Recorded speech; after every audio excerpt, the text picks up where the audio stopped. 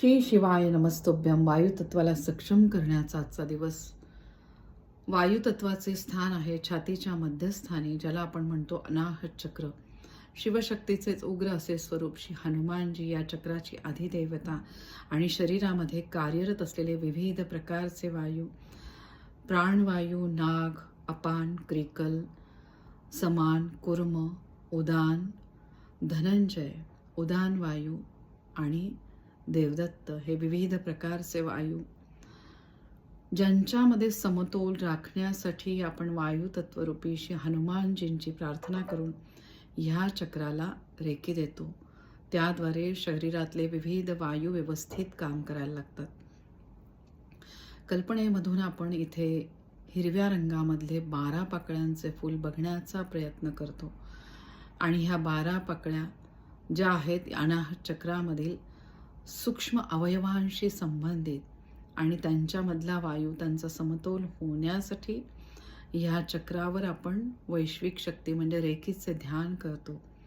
ध्यानाचे वर्ग सातत्याने आपण घेत असतो.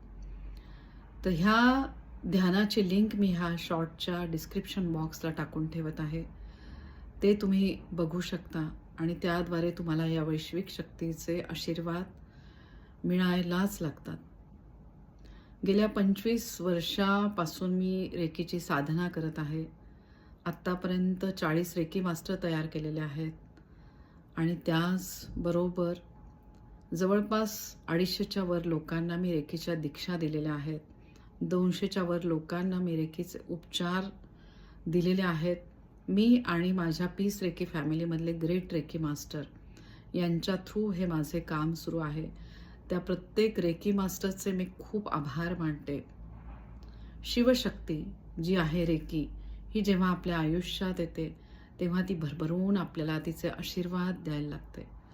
अनाहत चक्राची रेकी साधना जसे आपण बीजाक्षर यमद्वारे करतो, त्याचबरोबर त्याची उपबीजाक्षरे त्यांचं पण आपण उच्चारण करतो आणि त्याद्वारे ह्या चक्रामध्ये जागृती होण्यासाठी मदत होते.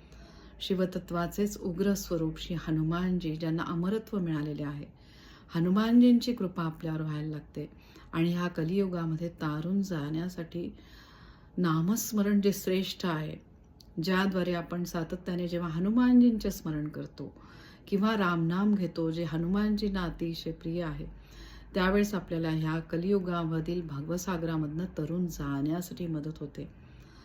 नामस्मरण अतिशय प्रभावी ह्या कलियुगामध्ये. तर नक्की सगळ्यांनी आवर्जून नामस्मरण करा आणि रेकी ह्या वैश्विक शक्तीला